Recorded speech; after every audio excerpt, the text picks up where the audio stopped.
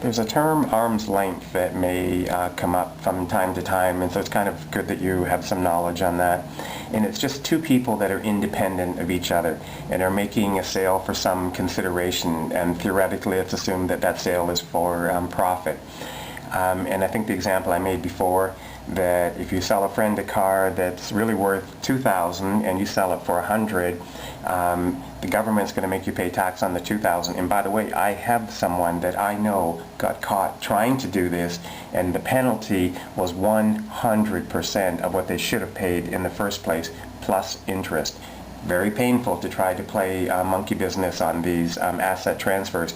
A lot of people will do that to avoid income issues and to pay less money in terms of GST and PST that may be applicable to that transfer.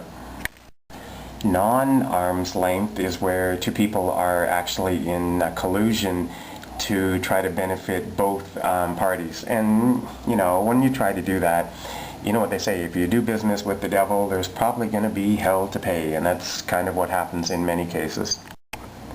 Now, a few topics here. Let's assume that in the end you sit down and you say, you know what, I'm going to keep my money until I go, and that way people will treat me hopefully a little bit better, and hopefully they won't help me go, but you know, they'll kind of be a little bit respectful until it's your time to go. So you've decided that you excuse me, are going to do your asset transfers after you pass away. Now, some of the more common methods are right here. Joint tenancy.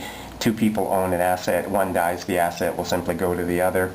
In a will, which we'll get to in more detail, you could name direct beneficiaries, you know, life insurance, pension plans, GIC, and on and on. Tenancy in common.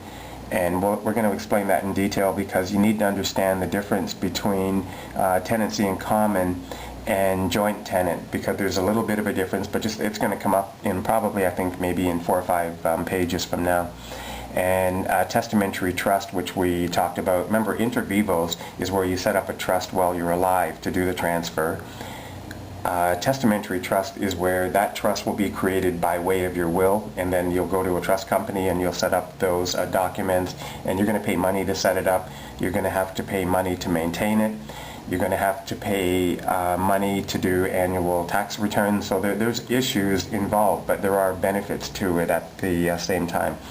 And in the event that you have done nothing, or you had the best intentions, but you just never got around to finishing, there are laws called intestacy, which means you had no will, or maybe you had one and nobody can find it, or maybe you had one and one of the kids found it, didn't like it, and destroyed it. So I mean, that's another issue that you have to take into account.